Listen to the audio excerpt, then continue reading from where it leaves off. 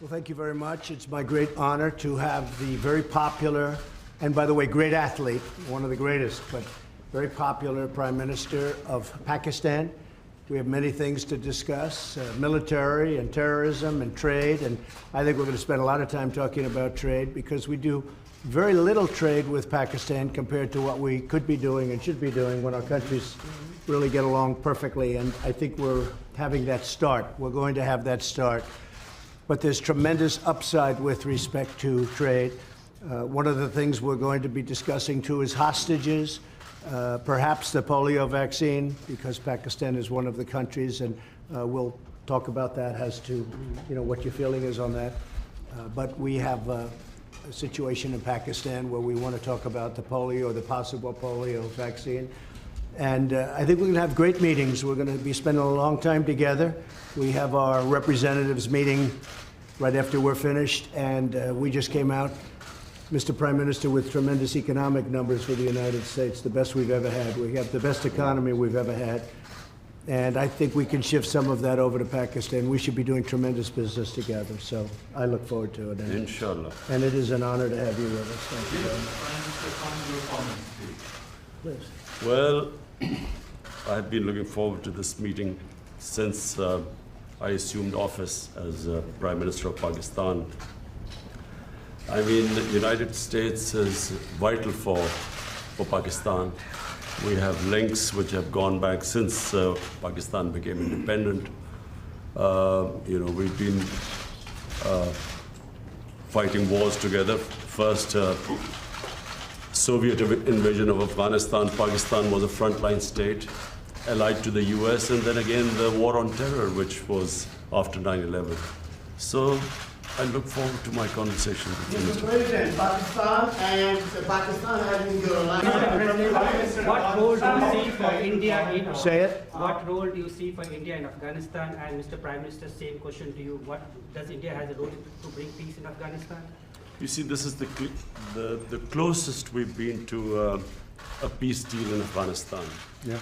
And there is no military solution in Afghanistan. There is no military solution because, as Mr. President says, if you go all out military, there will be millions and millions of people who would die. So there is only one solution. And I feel, and I think we will discuss this, it's the closest we have been to a peace deal. And we hope that in the coming days, we will be able to urge the Taliban to speak to the Afghan government and come to a settlement, a political solution. And what the Prime Minister, what the Prime Minister just said is a very big story, and that's 100% true. We've made a lot of progress over the last couple of weeks, and Pakistan has helped us with that progress, but a lot of great things are happening. A lot of things are happening for the United States, and I think a lot of great things are going to be happening for Pakistan, too, under your leadership. I really feel that. Prime Minister, from Mr. Prime Minister, Mr. President made good remarks about Pakistan and said that Pakistan can help a lot to end the violence in Afghanistan. The dialogue process and reconciliation process. So what really Pakistan can do to bring peace, because you are also accompanied by your Deputy Commander General Bajwa and other security team. So what solution Pakistan, what strategy paper you have to push forward the peace and reconciliation process in Afghanistan and assurances to the US? Yes. Well, number one, this is the longest war that the United States has ever fought. It's almost 19 years. Number two, I'm one of those who always believed that there was no military solution. Because anyone who knows the history of Afghanistan, you just have to look back at the history. There was always going to be a political settlement at the end.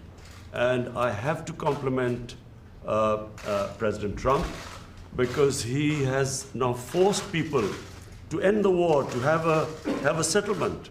And that's where I think Pakistan is playing a very important role, because Pakistan has a 1,500-mile border with Afghanistan and all the areas where the trouble is, which is the eastern side of Afghanistan.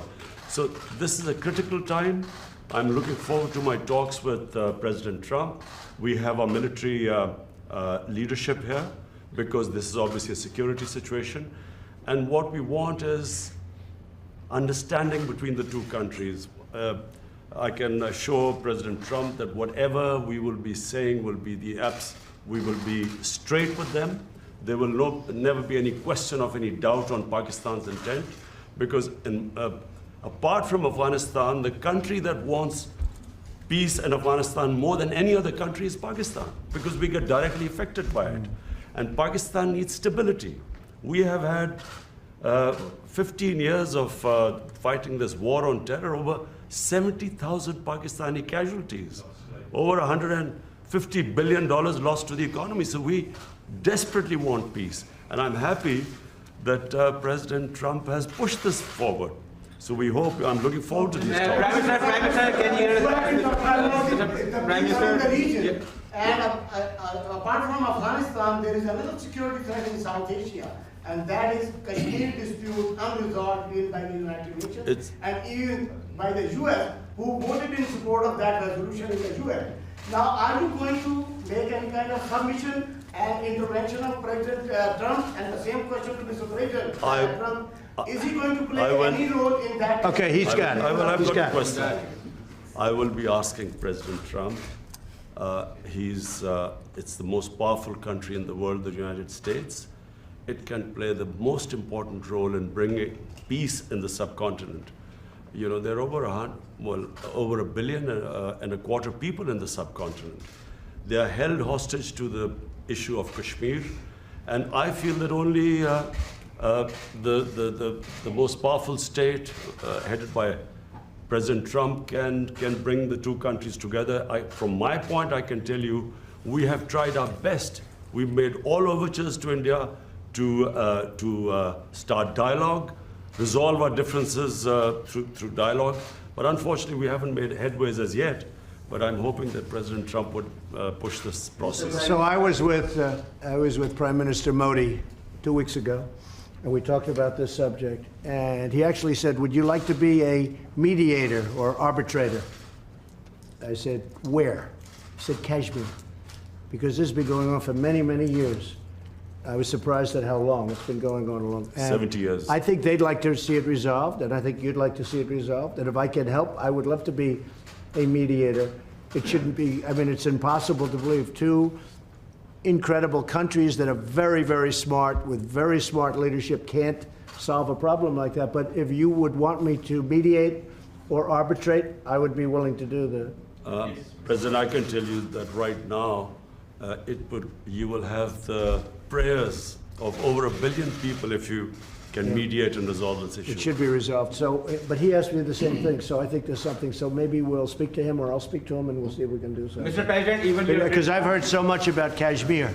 Yes. Such a beautiful name. It's supposed to be such a beautiful part of the world, but right now there's just bombs all over the place. They say everywhere you go you have bombs, and it's a terrible situation. Been going on for many years.